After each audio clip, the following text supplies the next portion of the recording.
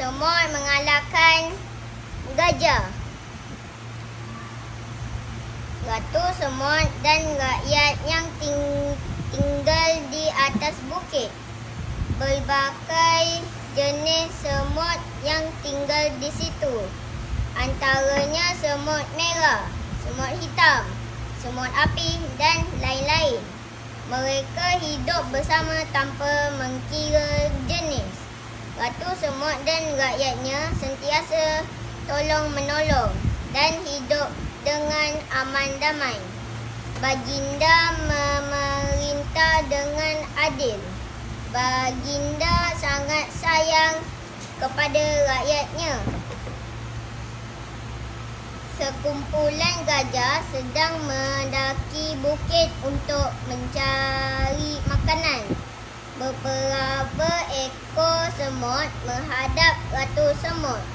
Mereka menggaduh tentang melepekan yang menimpa mereka.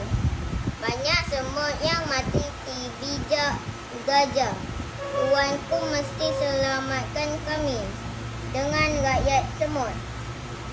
Ratu Semut merasa bimbang akan keselamatan rakyatnya. Ia perlu mengambil tindakan. Ratu Semut berfikir bagaimana hendak menyelamatkan rakyatnya. Baginda pergi berjumpa Raja Gajah. Baginda memberitahu Raja Gajah yang banyak rakyat yang mati dibijak gajah. Raja Gajah mendengar aduan Ratu Semut. Raja Gajah tertawa mendengar aduan untuk carilah makanan di tempat lain. Rayut Ratu Semut kepada Raja Gajah, jangan ganggu tempat tinggal kami. Ratu Semut memberi nasihat. Raja Gajah sangat angkuh. Ia tidak mahu mendengar aduan Ratu Semut. Ia tidak mahu mencari makanan di tempat lain.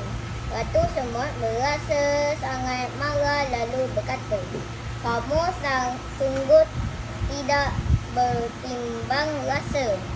Ayo kita berperang.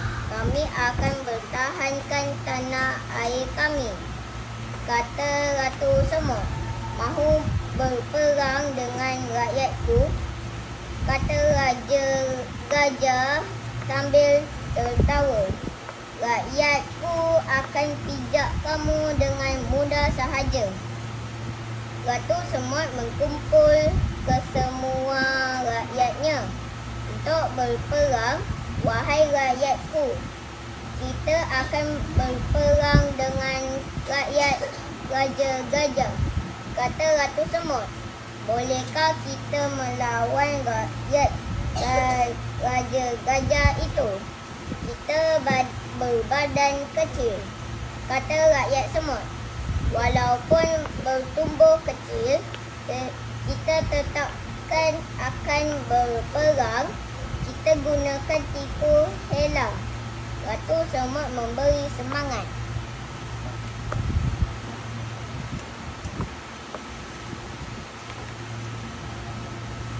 Peperangan yang sengit berlaku antara rakyat Ratu Semut dengan rakyat Raja Gajah.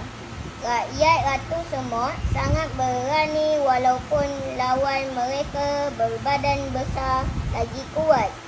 Mereka mahu mengalahkan rakyat Raja Gajah.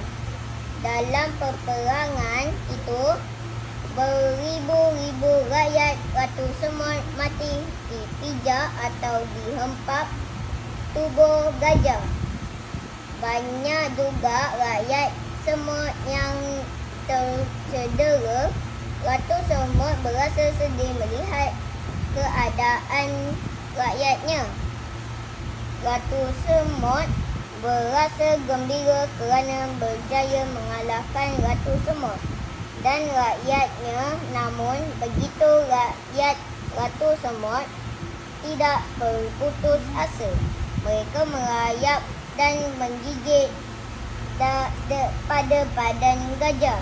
Gajah-gajah itu berasa sakit lalu bertempik.